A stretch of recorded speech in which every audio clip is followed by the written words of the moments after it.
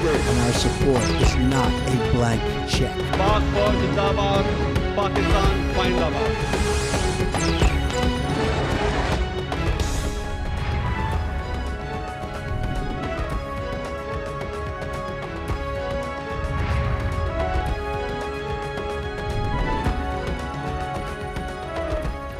जी अस्सलाम वालेकुम। भारत में फिर एक बार चौकीदार मोदी सरकार। नरेंद्र मोदी इस दफा भी इंतखाबात में एक बहुत बड़ी थंपिंग से भी ज्यादा स्वीपिंग मेजॉरिटी के साथ 350 सीटों के साथ भारत में बीजेपी दोबारा इक्तदार में आ गई है। एक बार फिर नरेंद्र मोदी वजीर आजम होंगे। 10 अप्रैल को जब वजीर आजम इमरान खान ने गैर मुल्की सहाफियों को इंटरव्यू दिया था तो उसमें उम्मीद का इजहार किया था कि अगर भारत में बीजेपी दोबारा इक्तदार में आती है तो मसला कश्मीर हल होने की उम्मीद बढ़ सकती है। इस भारतीय इंतखाबात का अगर तज्जिया किया जाए, खासतौर पे मकबूजा जम्मू कश्मीर का, तो बीजेपी 3 सीटें जीतने में कामयाब हो गई है। नेशनल कॉन्फ्रेंस ने भी 3 सीटें हासिल की हैं, लेकिन इसके बावजूद कश्मीर में, मकबूजा जम्मू कश्मीर में टर्न आउट इंतहाई कम रहा।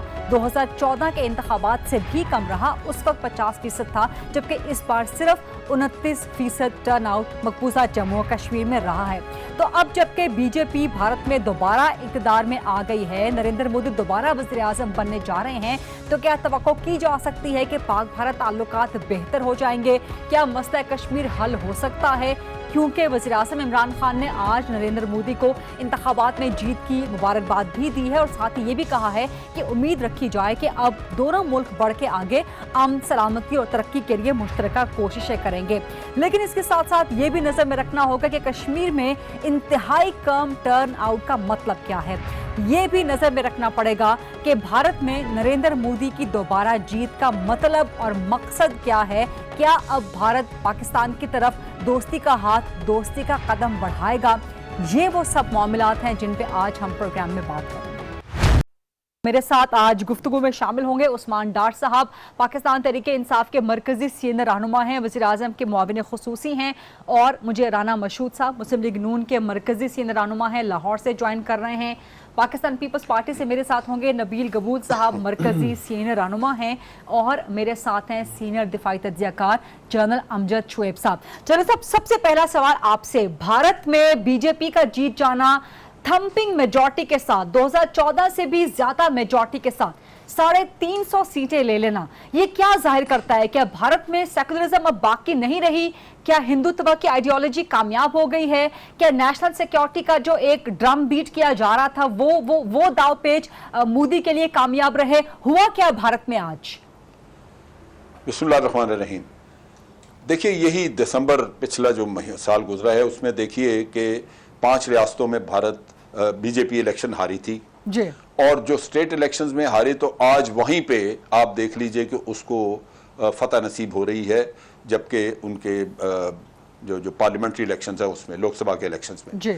तो ये वो जाहिर करता है कि एक मूड में तब्दीली आई है। और इस दौरान में हुआ क्या है, सवाए पुलवामा के और कोई नई चीज़ नहीं हुई।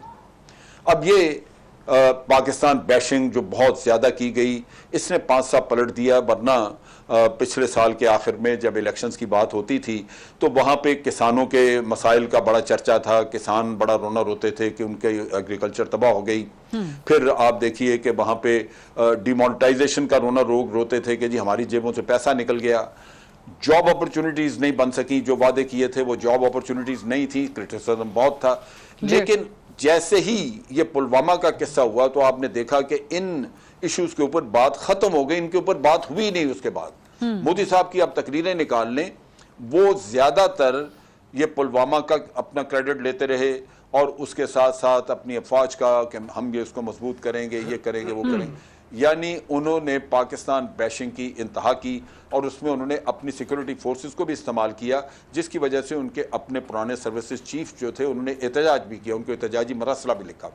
तो ये वो कहानी बदली वहाँ पे आके जहाँ एंटी पाकिस्तान जो उनका नैरेटिव था वो काम कर गया। अब इसमें जब आप ये कहते हैं कि जी मोदी साहब को इतनी किस बात की वजह से पजीरा मिली, तो मैंने एक चीज़ की निशानदेही की, लेकिन आप यूँ समझिए कि जो कश्मीर में वो बर्बरियत कर रहे हैं, जो पॉलिसी उन्होंने कश्मीर में अपनाई, हालांकि उसको पीछे कांग्रेस के बहुत सारे लीडर उसको बड़ा क्रिटिसाइज करते रहे, लेकिन यूं लगता है कि आज पब्लिक ने इस कश्मीर पॉलिसी के ऊपर मोहर लगा दी। सर, यही और मेरा मोदी आगे साहब चल के सवाल होगा कि कश्मीर में जो 3 सीटें मिली हैं बीजेपी को, और नेशनल कॉन्फ्रेंस ने भी 3 सीटें ली हैं, बट बीजेपी को 3 सीटें मिलना डिस्पाइट द फैक्ट कि वहां पे टर्नआउट इंतहाई कम रहा है, सिर्फ 29%, तो क्या देखा जाए, टर्नआउट देखा जाए या बीजेपी का 3 सीटें जीतना? लेकिन ये जरा आगे चल के हम कश्मीर पे डिटेल से बात करेंगे। उस्मान डार साहब, ये वो तमाम फैक्टर्स हैं जिन्होंने मोदी की जीत में किरदार अदा किया है, जो जनरल अंजर शुएब साहब कह रहे हैं, या वज़ीर आज़म साहब की जो उम्मीद, जो ख्वाहिश, या जो उनकी एक फूंक थी वो काम कर गई? क्योंकि आज ये गल्फ न्यूज ने भी लिखा है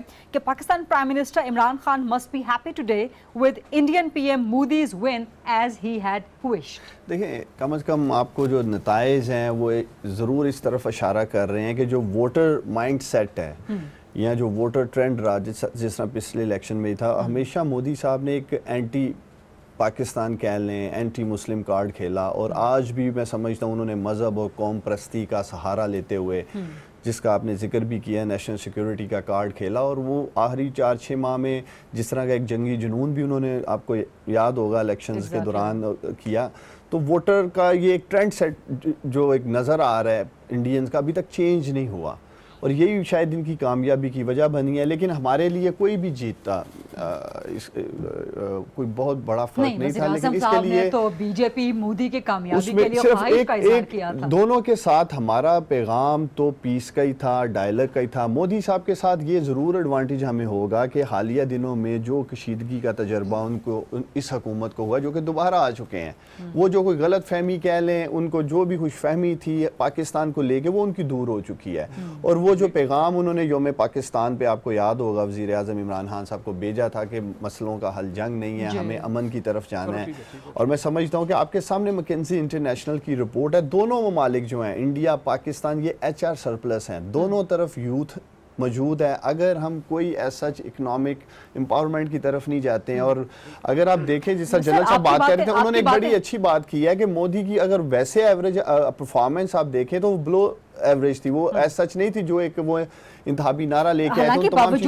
बावजूद इसके कि कल, आज तो खैर रिजल्ट्स अनाउंस हुए हैं, कल न्यूयॉर्क टाइम्स का जो है वो एक आर्टिकल आया था, और आर्टिकल भी मिस्टर रैटनर ने लिखा था, जो कि ओबामा एडमिनिस्ट्रेशन में ट्रेजरी सेक्रेटरी थे। उन्होंने लिखा था कि जी वाई इंडिया नीड्स मोदी। तो उसमें उन्होंने वही बात की जो आप कह रहे हैं कि बावजूद इसके कि इकोनॉमिक एक्टिविटी को इतनी ज़्यादा नहीं दिखा सके मोदी, बट स्टिल वो इंडिया को चाइना के मुकाबले में एक बहुत बड़ा थ्रेट, बहुत बड़ी पावर बनाने में कामयाब हो गए हैं। But my next question would be कि अगर anti Pakistan rhetoric, anti Muslim narrative, national security का ड्रम बीट करके मोदी दोबारा जीते हैं, तो उनको क्या मजबूरी होगी कि पाकिस्तान की तरफ दोस्ती का हाथ बढ़ाएं? 2014 में जब उनके पास इतनी मेजॉरिटी नहीं थी, उसके बावजूद जो उनकी कारकर्दगी रही, अब तो थंपिंग से भी ज्यादा स्वीपिंग मेजॉरिटी है उनके पास। देखिए, एक तो उनका ये एक इलेक्शन का नारा था, एंटी पाकिस्तान जो मैं बात कर रहा हूँ, लेकिन आज कम से कम आप देख रहे हैं कश्मीर के ऊपर भी उन्हें इंटरनेशनली प्रेशर है। पुलवामा में उन्होंने हमें इन्वॉल्व करने की कोशिश की, वहाँ भी वो बुरी तरह नाकाम हुए। आपने देख ही लिया, हमारे अदारों को उन्होंने मलाइन करने की कोशिश की, वहाँ भी नाकाम हुए। जितना वो जोर लगा सकते थे पिछले 5 सालों में पाकिस्तान को आइसोलेट करने का, पाकिस्तान को टेररिस्ट स्टेट डिक्लेयर करने का, उसमें उन्हें बुरी तरह नाकामी का सामना हुआ है।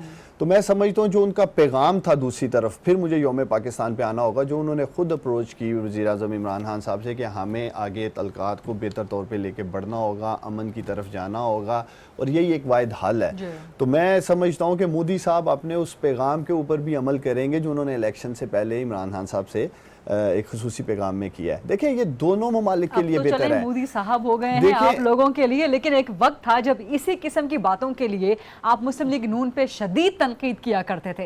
राना मशहूद साहब, एक सेकंड था, मुस्लिम लीग पे हम इसलिए करते थे जब आपके जाती जो मामलात हैं, दोस्तियां हैं, मुल्क को आप पीछे छोड़ के आगे निकल जाएंगे तो फिर तो आप तनकीद करेंगे। जाती दोस्तियों पर नहीं, तिजारत के मामलात पे भी उस वक्त मुस्लिम लीग नून तिजारत की बात किया करती थी। देखिए, हमारा ये था कि जिस तरह कौमी असेंबली में मियां साहब ने अपने दौर में, आप बताएं गरीदा, एक बार भी कलभूषण का जिक्र किया इन्होंने किसी फोरम के ऊपर? ये जवाब लेते हैं, राना मशहूद साहब से लेते हैं। राना मशहूद साहब। बिस्मिल्लाहिर्रहमानिर्रहीम। मुझे अफसोस होता है जब मैं इस तरह की गुफ्तगू सुनता हूँ कि 3 दफ़ा का जो प्राइम मिनिस्टर इस मुल्क का रहा हो उस पर ये इल्ज़ाम लगाया जाए। मोदी क्या मियाँ नवाज शरीफ साहब के साथ बचपन में बेंटे खेलता रहा था? मियाँ नवाज शरीफ साहब जो हैं उनका हमेशा जो विजन रहा वो पाकिस्तान की सलामती और पाकिस्तान के इस्तेहकाम का रहा। आज यही प्राइम मिनिस्टर इमरान खान मिन्नतें कर रहा है मोदी की कि जी हमसे बैठकर बात कर लें, और वही मोदी था जो मियाँ नवाज शरीफ साहब से दोस्ती करने और मियाँ नवाज शरीफ साहब के साथ बात करने के लिए खुद बहाने ढूंढा करते थे। बात यह है कि कौमों के फैसलों के अंदर पर्सनल ताल्लुकात अगर बन भी जाएं तो ये हमेशा मुल्कों को फ़ायदा होता है। और इसके अंदर ये जो बात फिर अभी कर रहे थे, 500 अरब डॉलर कहते थे कि जी इंडिया भेज दिया गया, आज 10 महीने हो गए, किधर है वो 500 अरब डॉलर जो मियाँ नवाज शरीफ साहब पर इल्ज़ाम लगाया जाता था? इस तरह कौमों के फैसले नहीं होते, और इससे पाकिस्तान का वकार मजरू हुआ जिस तरह के इल्ज़ामात लगाए गए। और इंडिया के अंदर मैं खुद सुना कि उन्होंने कहा कि पाकिस्तान की सिमत का ही पता नहीं लगता कि पाकिस्तान की डायरेक्शन क्या है, कि किस डायरेक्शन पर हमने जाना है। इस वक्त पाकिस्तान के लिए मैं इस बात से बिल्कुल एग्री करता हूं कि इंडिया का इलेक्शन चाहे मोदी जीतता या कोई और जीतता, जब तक पाकिस्तान खुद मजबूत नहीं होगा, जब तक पाकिस्तान खुद अपने पैरों पर खड़ा नहीं होगा, हमारे साथ किसी के भी ताल्लुकात बेहतर नहीं हो सकते। तो हमारा विजन और हमारा फोकस सबसे पहले ये होना चाहिए कि इस वक्त पाकिस्तान के अंदर जो टर्मोइल है, जो इकोनॉमिक मेल्टडाउन देखने में आ रहा है, हम इसका मुकाबला करें। और बदकिस्मती से अभी तक कोई वे फॉरवर्ड नजर नहीं आ रहा हमें अभी तक ये पता नहीं चल रहा कि हमने इतना जो लोन ले रहे हैं, हम जो इतना कुछ कर रहे हैं, इसके बाद हमने जाना किधर है। और रोज आप फारिग कर रहे हैं लोगों को, आज भी आपने सेक्रेटरी फाइनेंस को फारिग कर दिया, पूरी जो है इकोनॉमिक टीम को फारिग करते जा रहे हैं। ढाका साहब जो खबरें सुनने कि में आ शहबाज रही हैं। शरीफ के बंदे थे, फिर नवाज शरीफ साहब ने उनको फेडरल में बुलाया, सेंटर में बुलाया, लेकिन इमरान खान साहब ने उनको ही चूज किया। इस तरह जहांजेब खान चेयरमैन एफबीआर शहबाज शरीफ के बंदे थे, नवाज शरीफ साहब ने उनको इस्लामाबाद बुला लिया, इमरान खान साहब ने फिर उनको रख लिया। तो ये बड़ा एक गौरक धंधा सा है। मैं इस पे रोशनी डालना चाहता हूँ। देखिए गरीदा, कोई किसी का बंदा नहीं है, सब रियासत के लोग हैं। सब स्टेट के लिए काम कर रहे हैं, मुल्क के लिए काम, ये भी एक तासुर दिया जाता है। कहने का मतलब मैं समझता हूँ कि हमें देखना चाहिए कि कौन सा ब्यूरोक्रेट है जो इस मुल्क के साथ वफादार है, ईमानदार है, जिम्मेदार है और समझदार है। लेकिन ये जरूरी नहीं कि तो मसले अब्दुल हफीज शेख साहब के साथ हो गए ना। देखिए तब्दीली, इकोनॉमिक टीम पूरी चेंज हो रही है। जो भी फाइनेंस मिनिस्टर आता है वो एक अपनी इकोनॉमिक टीम लेके आता है। अगर उन्होंने तब्दीली की है या वो तब्दील हुए हैं तो ये कोई बहुत बड़ी बात नहीं है। लेकिन ये तासुर देना कि वो शहबाज शरीफ का या इमरान खान का, मैं कम से कम इस तासुर की नफी करता हूँ। ब्यूरोक्रेट्स जितने भी हैं वो इस मुल्क के लिए काम कर रहे हैं। खुद जलसों में जब धरना हुआ करता था तो यही नाम ले लेके बोलते थे कि फलां उसका बंदा है, फलां उसका बंदा। आहद चीमा और फवाद हसन फवाद के दो अलग एग्जांपल्स हैं। उन दोनों की वजह से आप इंटायर ब्यूरोक्रेसी को टारगेट नहीं कर सकते। हम तो इन दोनों का जिक्र करते हैं। इस पे बात आगे बढ़ाते हैं। नबील कबूल साहब, इंडियन इलेक्शंस, ताकि यहाँ से डिस्कशन जो है वो ड्रिफ्ट ना हो जाए, how do you see that? और इमरान खान साहब ने जो है अब मुबारकबाद दे दी है नरेंद्र मोदी को, तो आप समझते हैं कि कोई पाक भारत ताल्लुकात में कोई आहिस्ता आहिस्ता स्टेप फॉरवर्ड हो सकता है? कल शाह महमूद कुरैशी, सुषमा स्वराज की मुलाकात भी हुई है। देखिए, जहाँ तक मोदी का इलेक्शन है वो तो एक्सपेक्टेड था। जब 3 महीने पहले हमारे अपने प्राइम मिनिस्टर ने कह दिया था कि अगर मोदी इलेक्शन जीत जाते हैं तो कश्मीर का मसला जो है वो सेटलमेंट की तरफ जा सकता है। ये आई थिंक शायद आप लोगों ने इसको दरगुजर कर दिया होगा ये स्टेटमेंट, लेकिन मुझे अच्छी तरह याद है कि प्राइम मिनिस्टर ये स्टेटमेंट दी थी। बात यह है कि ये वही मोदी है जो नवाज़ शरीफ के सालगिरह पे और नवाज़ शरीफ साहब के जो है पोती के शादी में भी जो है अफ़गानिस्तान से लाहौर आ रहा है, तो उस वक्त तो ताल्लुकात बहुत अच्छे थे।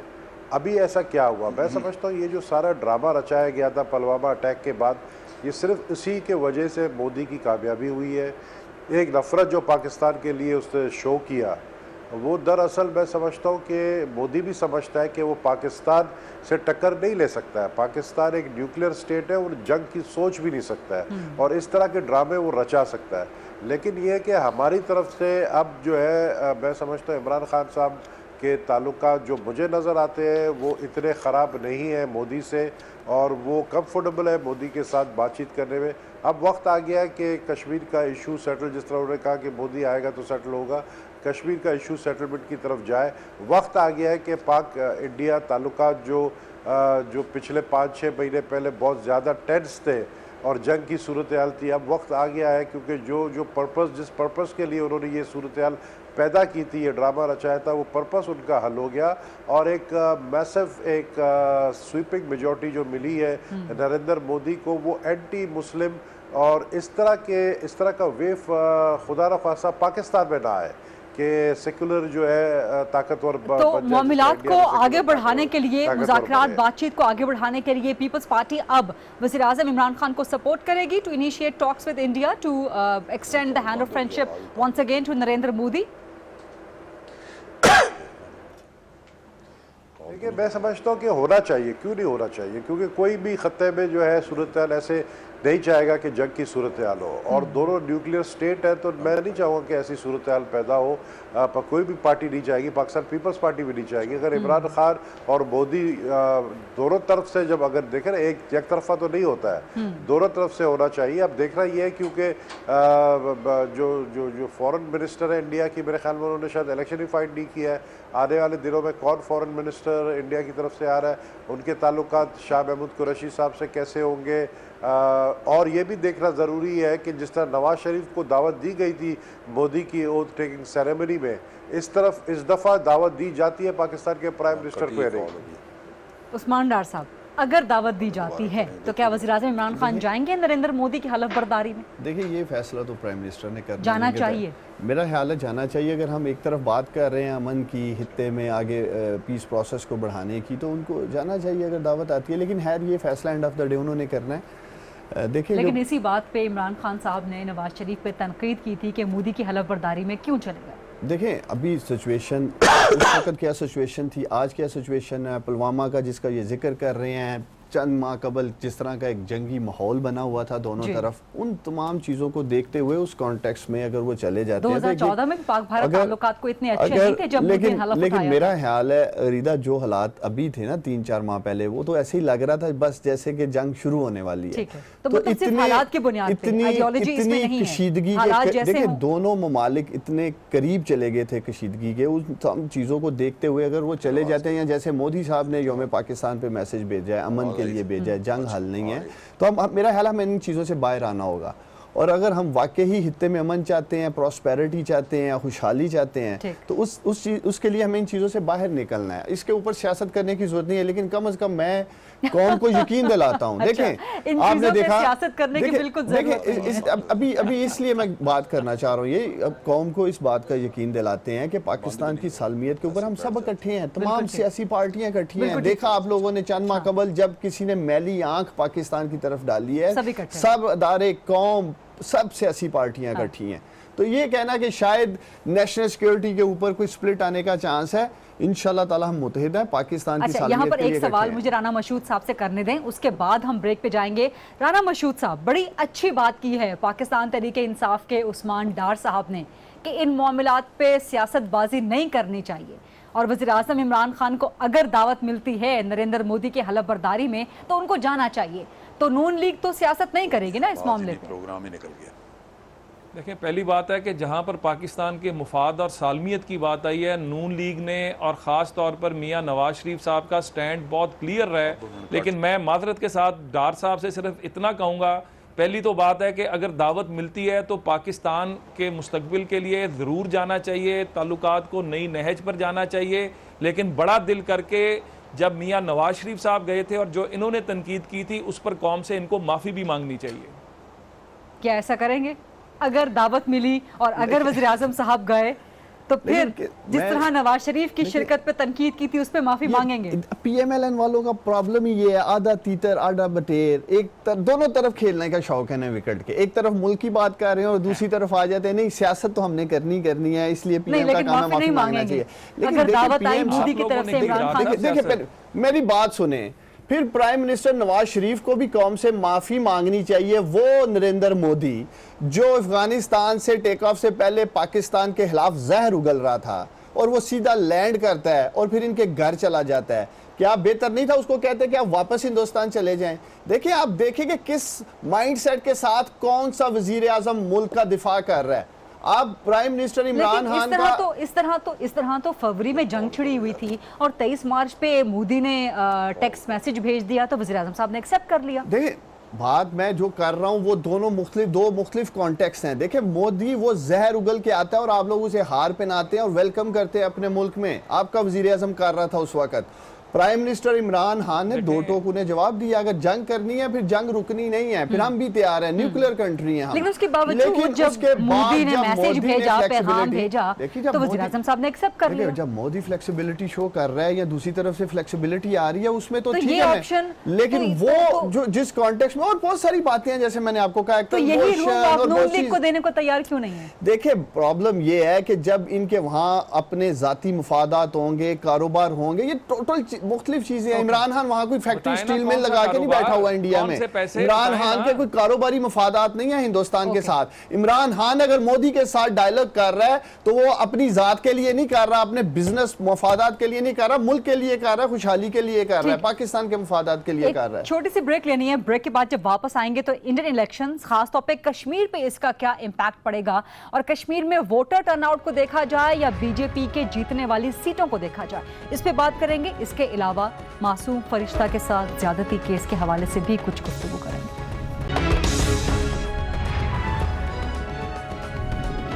जी welcome back after the break. Bharat में नरेंद्र मोदी एक बार फिर से इंतखाबात जीत गए हैं और इस दफा बहुत बड़ी स्वीपिंग मेजॉरिटी के साथ। अगर नरेंद्र मोदी हलफ बर्दारी की तकरीब में वज़ीर आज़म इमरान खान को दावत देते हैं तो क्या उनको जाना चाहिए या नहीं जाना चाहिए? चलो अमजद शुएब साहब, आपका इस पे कमेंट। जी गरीदा, हमें एक तजर्बा हासिल हुआ। मियाँ नवाज शरीफ साहब को जब इनवाइट किया गया तो बाज़ लोगों ने मुखालफत की, लेकिन बाहर सूरत वो गए वहाँ पे और पूरे खलूस के साथ गए। लेकिन आपने देखा कि वापसी पे वहाँ पे उनको एक चार्जशीट पकड़ा दी गई और भारत ने अपना जो बहुत सारे शिकायत वो आपके हवाले कर दी। शिकायत तो हमें भी बहुत थी, जो यहाँ पे इतना टेररिज्म हुआ यहाँ पे, या हमारा भी ये इकोनॉमिक स्ट्रेंगुलेशन अभी आजकल उसको बड़ा ज़ोर शोर पे वो परसू कर रहे हैं FATF में और इधर उधर। भारत ने तो कोई जगह कोई मौका नहीं छोड़ा जहाँ आपके साथ दुश्मनी ना की हो। और उन्हीं दिनों वो आपने देखा बाद में मोदी साहब ने यह भी तस्लीम किया कि जनाब बांग्लादेश बनाने में हमारा था जी। तो सिर्फ इस ख्वाहिश पे कि शायद इससे कोई बेहतरी निकल आए, ये मेरा ख्याल है तजर्बा बताता है कि बेहतरी नहीं निकलेगी। इमरान खान को नहीं जाना चाहिए, ख़ास तौर पे जब इमरान खान ने खुद भी इनवाइट किया था अपनी हल्फ बर्दारी पे और वहाँ से कोई उस पर रिस्पॉन्स नहीं मिली, कोई नहीं आया। अब चीज़ यह है कि अगर इमरान खान जाते हैं तो इनको भी एक चार्जशीट पकड़ा दी जाएगी।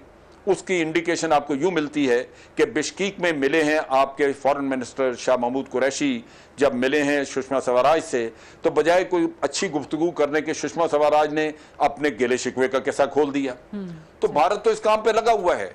अगर आपके पास सिर्फ ये जाके सुनने की हिम्मत है कि हम जाके वहां से शिकायत सुन के आ जाएं और फिर आके एक मादरात खाना मुंह दिखा दें अपनी कौम को, तो मेरा ख्याल है ये चीज इंतहा को पहुंची हुई, हमें नहीं करना चाहिए, नहीं जाना। मेरा मशवरा ये होगा कि कतन भी नहीं जाना चाहिए। और आपके पास जवाब मौजूद है कि आपकी हलफ बर्दारी में वो नहीं आए। क्या आप एक सॉवरेन स्टेट के प्राइम मिनिस्टर नहीं थे?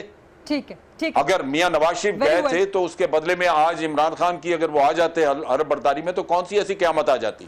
Very well, point noted. Nabeel कबूल साहब, आपसे मैं सवाल ये करना चाहती हूँ कि ना राफेल स्कैंडल, ना वो मोदी को शेक कर सका, पुलवामा का ड्रामा जो उसने क्रिएट किया जिस पर इंडियन मीडिया ने खुद खूब लत्ते लिए नरेंद्र मोदी साहब के, वो शेक नहीं कर सका। फिर उसके बाद जिस तरह पाकिस्तान के हाथों भारत को जंगी शिकस्त हुई, तैयारे गिराए गए, जंगी कैदी बना लिया गया, लेकिन उसके बाद फिर ज़ाहिर उसको रिलीज़ कर दिया गया अभिनंदन को। बट ये जितनी एम्बैरेसमेंट्स हुए नरेंद्र मोदी को, इन सब के बावजूद मोदी का जीत जाना, क्या भारत को समझा जाए कि सेक्युलरिज्म खत्म हो चुका है वहाँ पे? अब देखिए, भारत में तो मैं समझता हूँ कि मोदी को जो वोट मिला है वो सबको पता है कि वोट सिर्फ और सिर्फ ये जो ड्रामा उससे रचा है पुलवामा, उसके वजह से, और सेक्युलरिज्म जो जो जो जो उनकी वो जो हिंदुज़म जो है उसके वजह से उसको वोट मिला है। अब आप देखें ना कि एक उनकी पार्टी की एक रहनुमा जो इलेक्शन जीती है, उसका नाम मुझे नहीं याद है, जो एक लेडी है, उसने कहा कि गांधी को जिसने मारा है उसने सही मारा है, जिसने मारा है, जो मर्डर था गांधी का, नत्थूराम ने सही मारा है, उसको गॉडसे, 3 लाख गॉडसे। से ज्यादा की लीड से वो जीती है आज। और वो जो है इस तरह के और आपको पता है बाबरी मस्जिद का वाकया, ये सब चीज़ें यूज़ की अपने इलेक्शन में। दूसरी तरफ कांग्रेस जो उसको चैलेंज कर रहा था, उसकी लीडरशिप काफ़ी इमेच्योर दिख रही थी और उनकी अपनी जो है पार्टी के अंदर उनकी अपनी तैयारी नहीं थी और उसे काफ़ी इमेच्योरिटी के साथ इलेक्शन कैंपेन चलाया। तो ये एक रीज़न होगा इंडिया। और लोग ये एक्सपेक्ट कर रहे थे कि देखें बार बार धमकी दे रहा है मोदी के इलेक्शन के बाद हम पाकिस्तान को देख लेंगे, तो इंडियंस ये एक्सपेक्ट कर रहे थे कि अब मोदी जो है वो पाकिस्तान को शायद जो है वो सबक सिखाएगा, जो कि उनकी भूल है। पाकिस्तान तो इंतजार में है कि अगर मोदी दोबारा से कोई एडवेंचर करता है तो मुंह तोड़ जवाब दे। लेकिन बात यह है कि अब देख रही है कि जिस तरह जनरल अमजद साहब ने कहा कि प्राइम मिनिस्टर इमरान खान को जाना नहीं चाहिए, तो अगर प्राइम मिनिस्टर इमरान खान ने दावत दी थी मोदी को और मोदी ने जवाब नहीं दिया, तो फिर मैं भी समझता हूँ कि फिर पाकिस्तान के प्राइम मिनिस्टर को जाना नहीं चाहिए। लेकिन मैं साथ साथ ये ज़रूर कहूँगा, ये ज़रा आप लोग को अजीब लगेगा, लेकिन अगर काश नवाज शरीफ बेल पर आ जाते बाहर और नवाज शरीफ साहब को जो है एज ए एम्बेसडर भेज दिया जाता, क्योंकि उनके ताल्लुकात मोदी के साथ बहुत अच्छे हैं और मैं समझता हूँ कि वो कोई ब्रेक थ्रू कर सकते हैं। नवाज शरीफ, देखिए मेरी बात सुनिए, इमरान खान अगर आप गए तो नवाज शरीफ साहब की जो है ताल्लुकात वो मोदी के साथ बहुत अच्छे हैं, वो तो आपने भी देखा है। गबोल साहब देखिए, ये यकतरफा ताल्लुकात थे। आपको याद होगा कि जब वो लाहौर में मिलने के लिए आए हैं तो उससे पहले वो तकरीर करके आए थे। एक अफगानिस्तान में उनकी पार्लियामेंट का इफ्तिताह उन्होंने किया था और दूसरी तकरीर उससे पहले मॉस्को में करके आए थे। दोनों तकरीरों में उन्होंने पाकिस्तान को वो लताड़ा और पाकिस्तान के ऊपर वो इल्जामात और इतना हर्जत सराई की पाकिस्तान के खिलाफ कि ये मैं समझता हूँ मियाँ साहब का हौसला था कि उन्होंने रिसीव किया। अगर उनकी जगह पे शायद मैं होता या कोई और होता तो उनको मैं वहीं कह देता कि आपको इस मुल्क में आने की जरूरत नहीं है, आप जो कुछ वहां पे बोल के आए हैं वो काबिल कबूल नहीं है हमें। आप सही कह रहे हैं, आपकी अपनी हमीयत, आपकी अपनी कौमी हमीयत दांव पे लगी हुई थी। अगर आप यकतरफा दोस्ती करना चाहते हैं तो उसके लिए किसी लीडर की जरूरत नहीं है। यकतरफा दोस्ती के लिए लीडर की जरूरत नहीं है। आप किसी को बिठा दें, वो जाके पांव पकड़ ले तो मामला ठीक हो जाएगा। आज आप अपने कौमी, आप ये देखें, ये बैकडोर चैनल जो यूज होता है, ये जो बैकडोर चैनल यूज होता है, ये जो आप जनरल साहब आप मेरी भी सुने ना, जो बैकडोर चैनल जो डिप्लोमेसी यूज होता है वो क्या होता है? वो किसी तीसरे को इन्वॉल्व करते हैं और वो फिर एक दूसरे के पास बेचते हैं। जिस तरह मोदी ने जो वो बिजनेसमैन था, नाम मैं भूल गया, गरीदा को याद होगा नाम, जो मरी गया था नवाज शरीफ साहब से मिलने, उसका जंदाल, उसका जंदाल का क्या मिशन था? जंदाल का क्या मिशन था? तो मैं समझता हूं कि अगर जाती ताल्लुकात नवाज शरीफ के और मोदी के जाती ताल्लुकात है तो वो एक अलग बात है, लेकिन पाकिस्तान के मफाद में इमरान खान को जो फैसला लेना है, वो जितनी भी सियासी जमातें पार्लियामेंट में है वो उनके साथ मशावरत के साथ जो है फैसला ले तो बेहतर है। क्योंकि इंडिया जो है मोदी ने जो वादा किया है अपने कौम से, जिसकी वजह से उसको जो वोट मिला है वो यही मिला है कि जो एम्बैरसमेंट हुई है उसको पुलवामा अटैक के बाद जो उन्होंने हमला किया, जो झूठ के एक ड्रामा रचाया कि हमने यहाँ पर जो है टेररिस्टों को मारा पाकिस्तान के अंदर घुसकर, वो झूठ भी साबित हुआ, लेकिन फिर भी उसको वोट मिला। तो ये एक बड़ा मैं समझता हूँ कि एक बड़ी अजीब सी बात है कि जो हिंदुज़म जो है वो कामयाब हुई है। ये मोदी की कामयाबी नहीं, हिंदुज़म की कामयाबी है, हिंदुत्व की कामयाबी है ये। चूंकि बार बार जिक्र हो रहा है नवाज शरीफ और मोदी के बराह रास्त ताल्लुकात का, राना मशहूद साहब आपका कमेंट इस पे?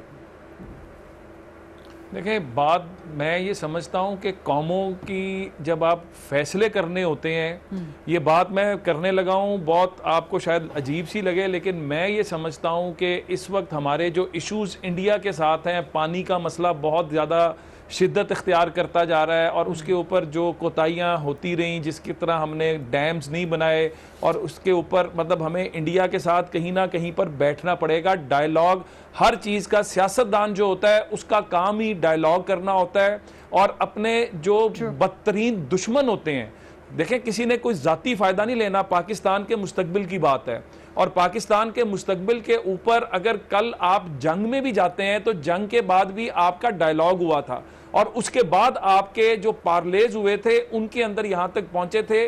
तो डायलॉग ही वाहिद हल होता है, और अगर बुलाया जाए तो मैं ये समझता हूं कि जाना चाहिए और उधर जाकर आपको अपना बिल्कुल मौकफ खुलकर बताना चाहिए।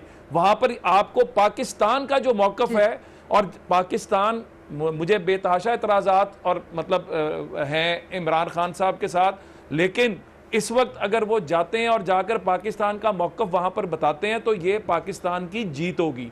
तो मैं बिल्कुल एज ए पाकिस्तानी समझता हूं कि हमें इस इशू के ऊपर, अगर तो मुझे लगता है कि जिन हालात में मोदी साहब जीते हैं और मोदी ने जो नारा मारा था, मुश्किल लगता है कि वो दावत दें। अगर दावत देते हैं तो यहाँ पर तमाम जमातों को बिठाकर फैसला करना चाहिए और एक नेशनल कॉन्सेंसस बनाकर फिर जो है उसके ऊपर अमल करना चाहिए। बिल्कुल ठीक। और इससे आगे एक चीज है, ये फरीदा बात ये है जी, अगर आप वीकर विकेट पे हैं तो फिर आके इस तरह के काम करें, आपको कुछ फायदा नहीं होगा।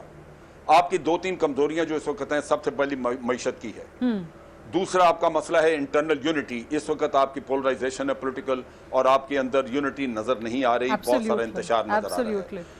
तीसरा जो किस्सा है वो है अभी आपका बजट आना है, और अफवाज पाकिस्तान के लिए जो जरूरियात हैं क्या वो आप पूरी कर सकते हैं या नहीं, ये आपकी जंगी तैयारी का किस्सा है। अगर ये 3 चीजें आप तवज्जो देते हैं और दुरुस्त करते हैं तो भारत आपकी तरफ कभी आंख उठा के नहीं देखेगा। लेकिन अगर ये अंदर से आप नजर आते हैं डिवाइडेड, इकोनॉमी आपकी इस हाल में है, तो जब भी आप उससे मिलेंगे, बात करेंगे, वो आपको कमजोर विकेट पे देख के अपने टर्म्स जो है वो आपको That's a very valid point। ये वही पॉइंट है जो उस्मान डार साहब भी कह रहे थे। आप क्यों जाते हैं जब आप कमजोर अपने घर में, आपको पता नहीं है कि आप किस हाल में हैं। ये हाल है घर का। जनरल साहब, मुझे जरा उस्मान डार साहब से सवाल करने दीजिएगा, अगर घर का ये हाल है तो फिर आगे मामलात कैसे बेहतर हो सकते हैं? वज़ीर आज़म साहब ने तो उम्मीद जाहिर की थी, तो अब क्या मसला कश्मीर हल हो सकता है? देखिए इंशाल्लाह ताला कश्मीर के इशू पे तो कोई कंप्रोमाइज नहीं होगा, ना ही हम बैकआउट मसला हल हो सकता है।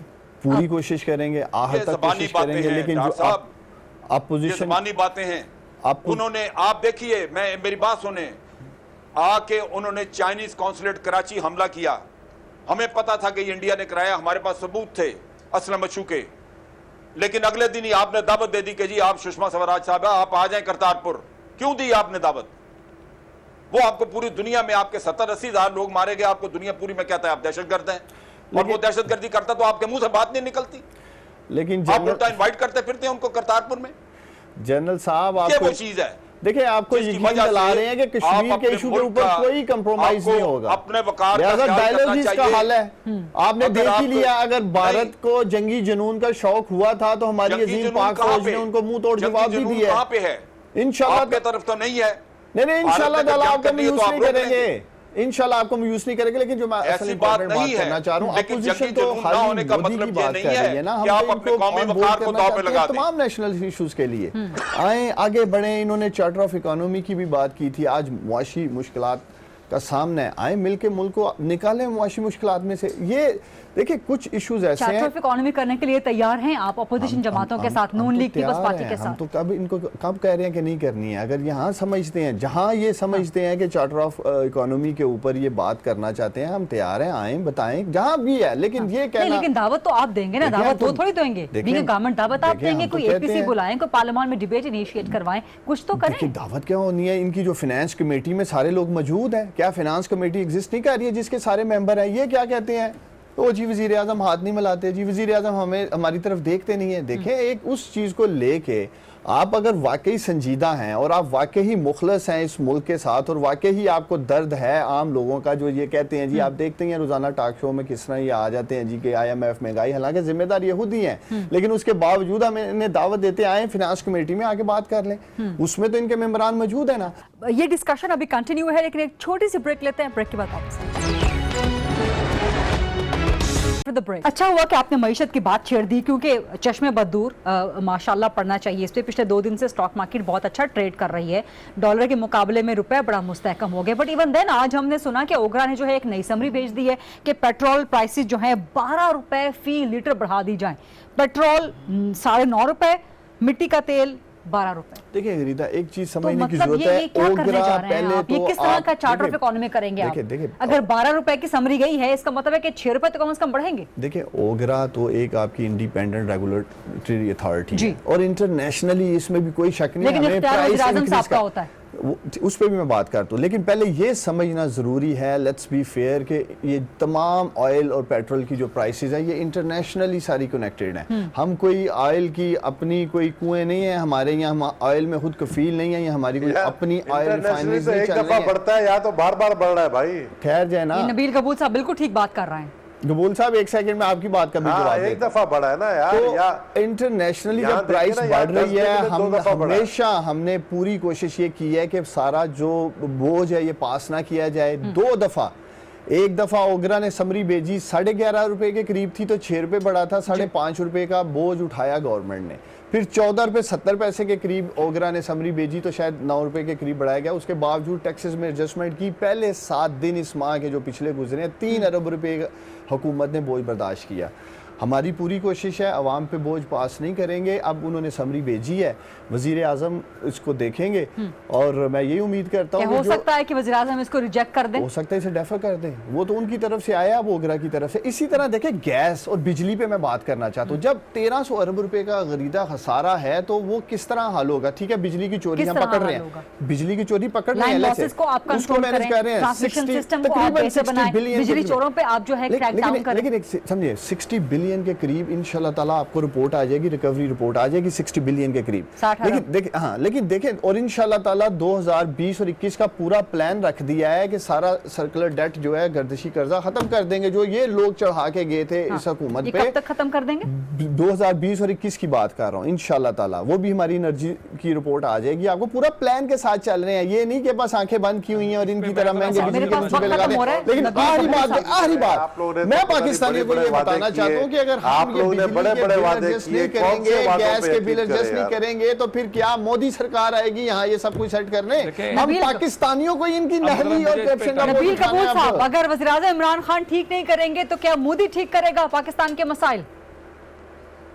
तो भाई वजीर आजम इमरान खान ठीक करे ना, उनकी सारी नजरें लगी हुई थी कराची से 280 किलोमीटर दूर समंदर के अंदर ड्रिलिंग के ऊपर। तो क्या बुरी बात कहा था यहाँ से तेल और गैस के रिजर्व, वो नहीं निकला। अब जब वो नहीं निकला तो वो बहुत परेशान है। तो आप बताएं कौन जानना चाहती है अपोजिशन? खुश है नहीं निकला, सुने ना बर्दाश्त करे भाई मेरे। आप मैं क्या कह रहा, आपके खुद यार कैसा प्राइम मिनिस्टर, एक प्राइम मिनिस्टर एक दिन स्टेटमेंट देता है, उसी दिन जो है उसको डिनायल आ जाती है मिनिस्ट्री ऑफ पेट्रोलियम से कि वहां पे गैस का और ऑयल का रिजर्वायर जो है वो नहीं मिला है। और प्राइम मिनिस्टर कहता है कि अगले हफ्ते वहां पर बहुत बड़ी अच्छी खुशखबरी मिलने वाली है। तो मुझे पता है हम किस पे यकीन करें। तो अगर हम इन चीजों पे, अगर हम कुदरत के इंतजार में रहे कि कुदरत बारिश भेजेगी तो अच्छे क्रॉप्स होंगे, कुदरत जमीन से तेल निकालेगी तो मुल्क की बात दुनिया कायम है। तो भाई आपको क्या जरूरत है, फिर आप क्या कर रहे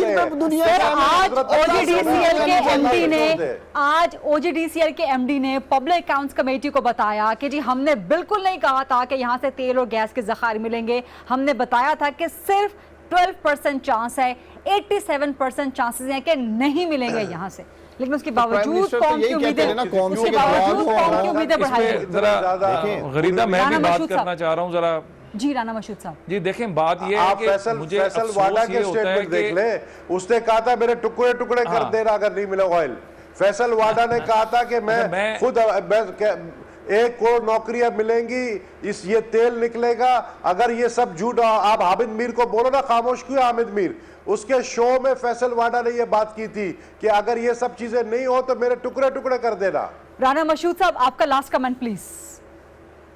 जी देखें, मैं भी यही बात करना चाह रहा था कि गैर जिम्मेदारी की इंतहा है। यहाँ पर मुराद सईद साहब जो गुफ्तगू करते रहे, जो फैसल वाडा साहब गुफ्तगू करते रहे, जो प्राइम मिनिस्टर और असद उमर साहब जो गुफ्तगू करते रहे, कौम का एतमाद जो है और इन्वेस्टर का कॉन्फिडेंस, आज अगर पाकिस्तान में खराबी है, आज पाकिस्तान में मार्केट अगर खड़ी नहीं हो रही तो इन्हीं बयानात की वजह से इन्वेस्टर कॉन्फिडेंस शेक हो चुका हुआ है। इन्वेस्टर यहाँ पर इन्वेस्ट नहीं करना चाह रहा, इन पर एतबार नहीं करना चाह रहा, और इसी वजह से देखें सुकून से, मैंने आपकी बात बहुत प्यार से और सुकून से सुनी, मुझे अपना कमेंट कंप्लीट कर लेने दें।